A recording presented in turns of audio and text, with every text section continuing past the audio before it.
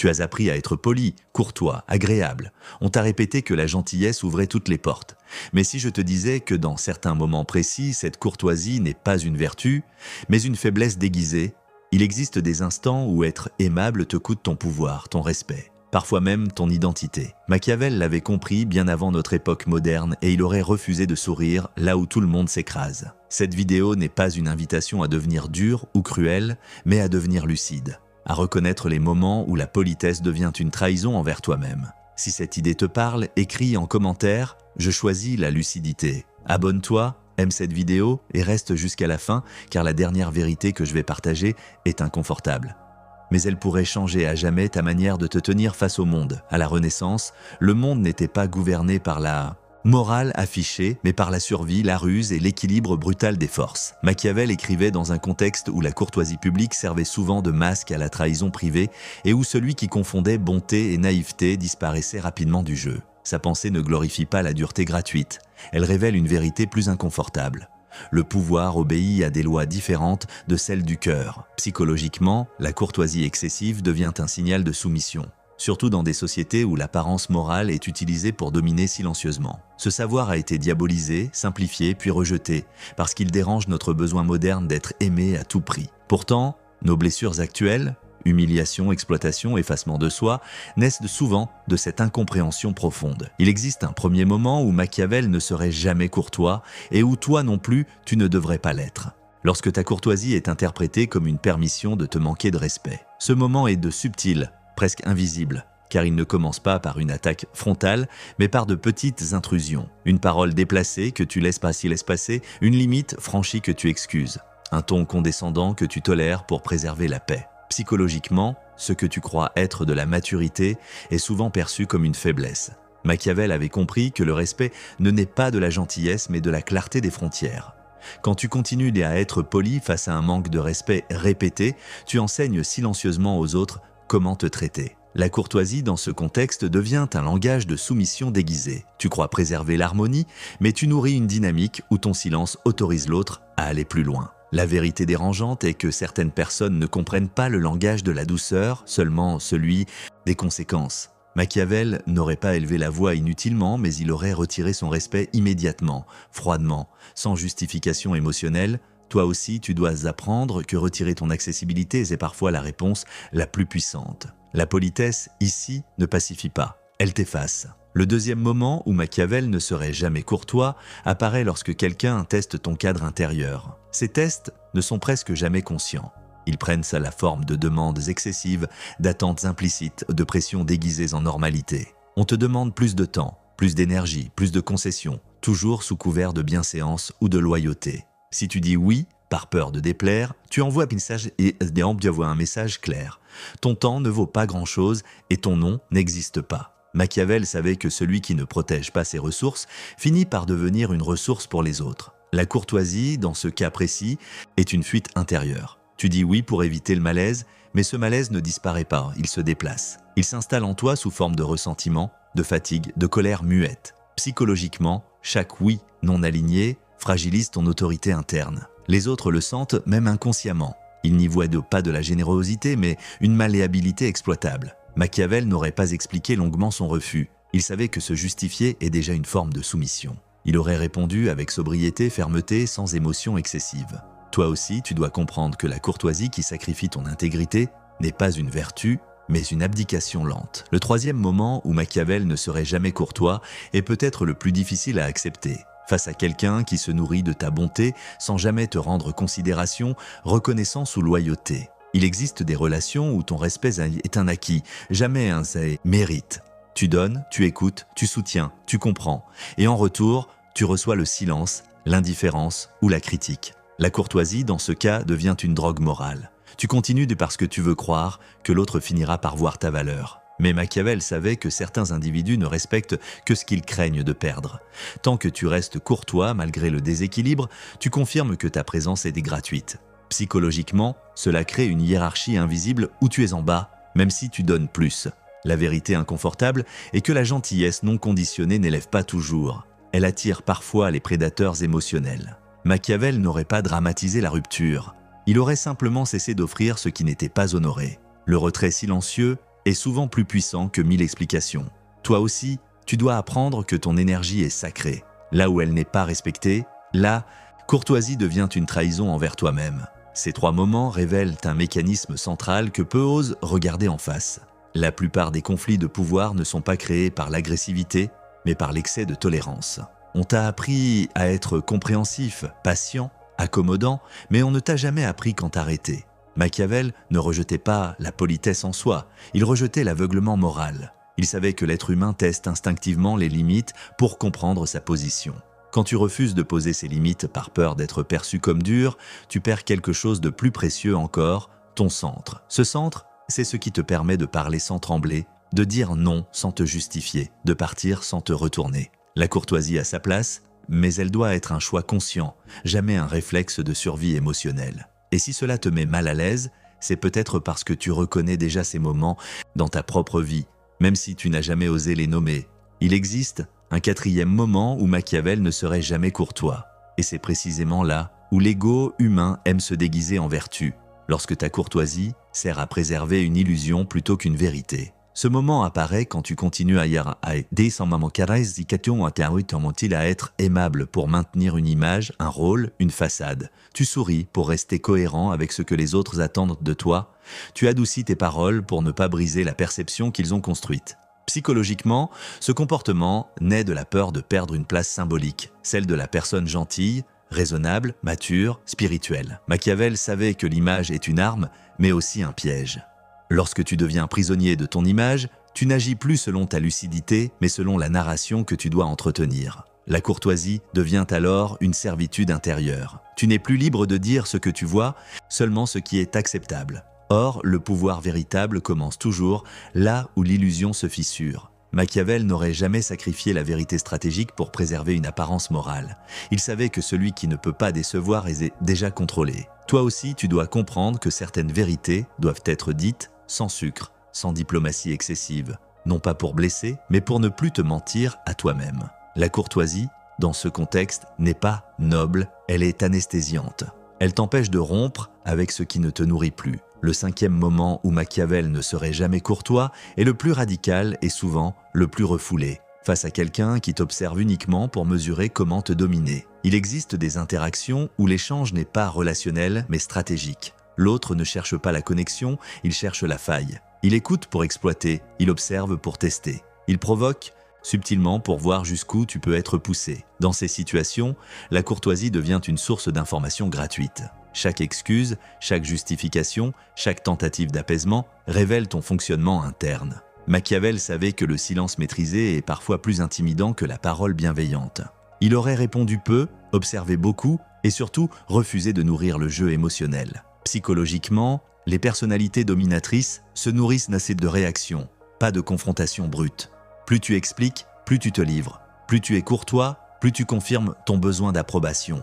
Machiavel n'aurait pas cherché à être compris, il aurait cherché à rester imprévisible. Toi aussi, tu dois apprendre que certaines personnes n'ont pas besoin de ton respect, mais de ton absence émotionnelle. Le retrait du regard, de l'énergie, de la justification est une forme de puissance silencieuse que peu maîtrisent.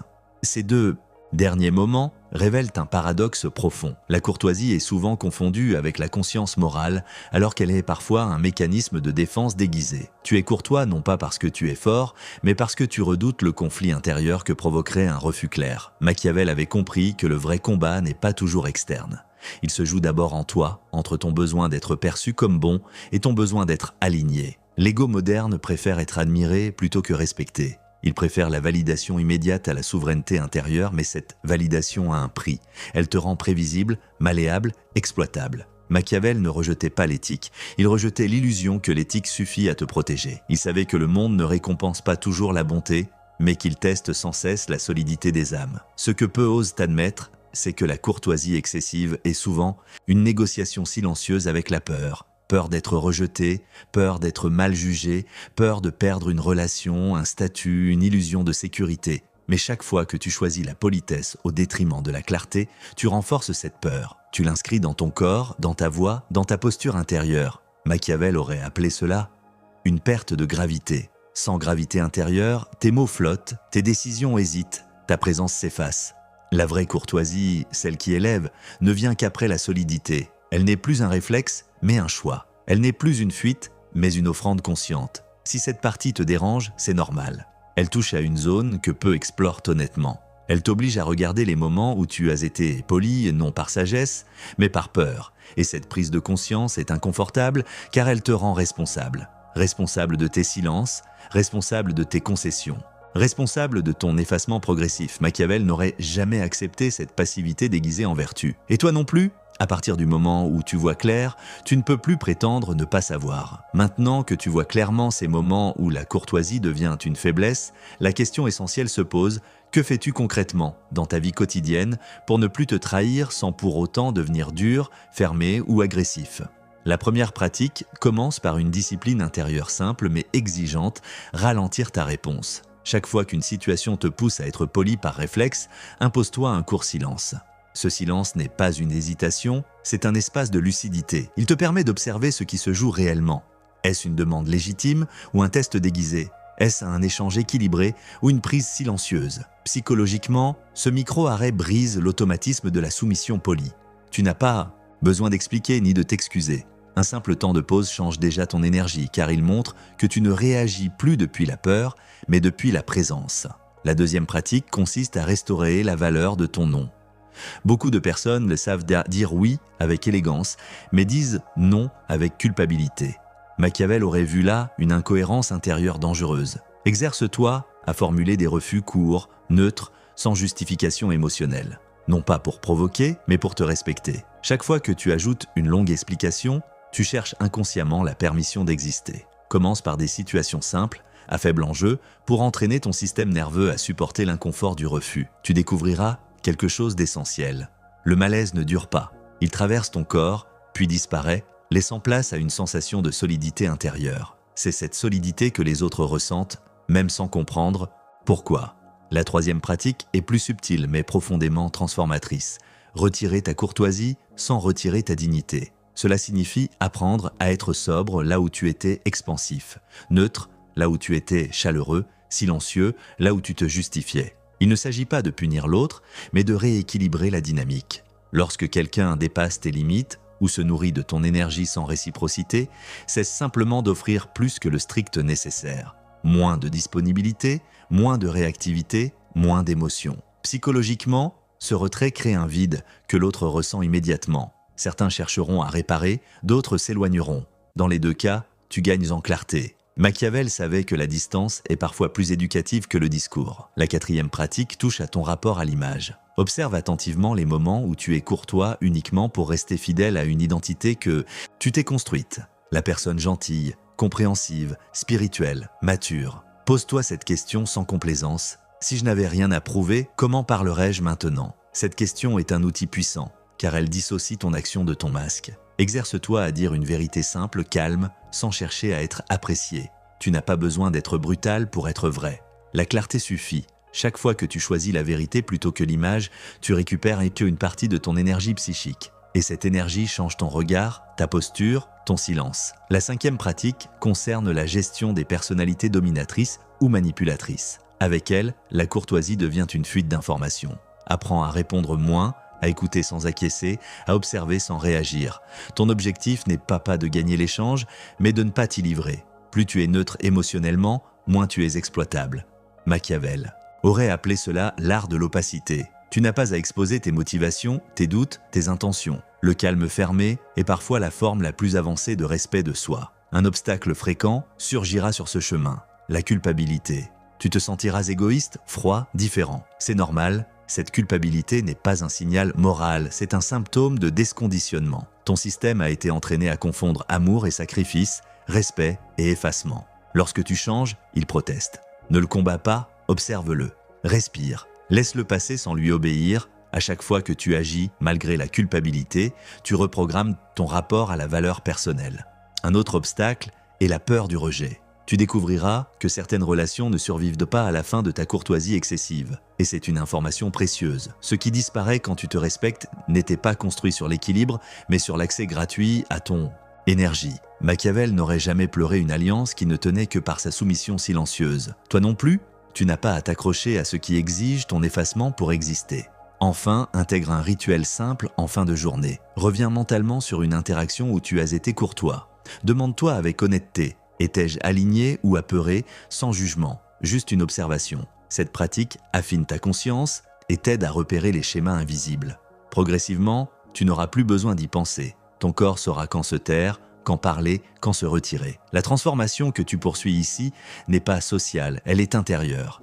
Tu ne deviens pas moins humain, tu deviens moins manipulable. Tu ne perds pas ton cœur, tu récupères ton centre. Et c'est depuis ce centre que la vraie courtoisie peut enfin renaître. Une courtoisie libre, choisie, souveraine, qui ne demande plus la permission d'exister. Ce que tu viens de traverser n'est pas une leçon de dureté, mais un rappel de souveraineté. Machiavel ne rejetait pas la courtoisie par cynisme, il la refusait quand elle devenait une capitulation intérieure. Les 5 moments que nous avons explorés ont tous un point commun.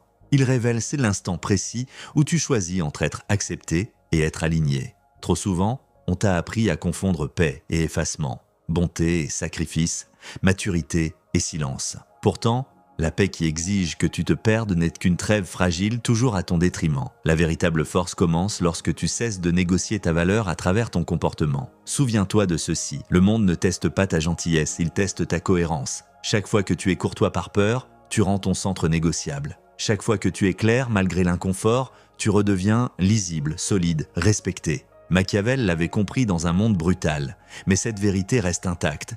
Aujourd'hui, sous des formes plus silencieuses, plus polies, plus sournoises. Les dynamiques ont changé de visage, pas de nature. Tu n'as pas besoin de devenir froid pour être respecté.